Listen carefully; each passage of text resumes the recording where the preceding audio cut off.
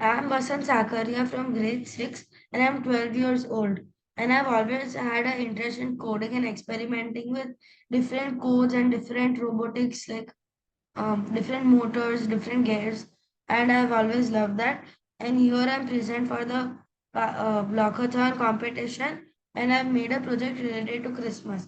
My project's main idea is to help people like me get resolution. There's I get a problem choosing my resolution most of the times. So here's my game.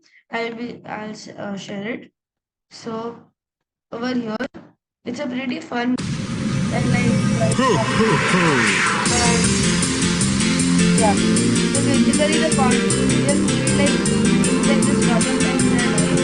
So like the thing is, if you touch the light, then one of your hands goes right forward. Look.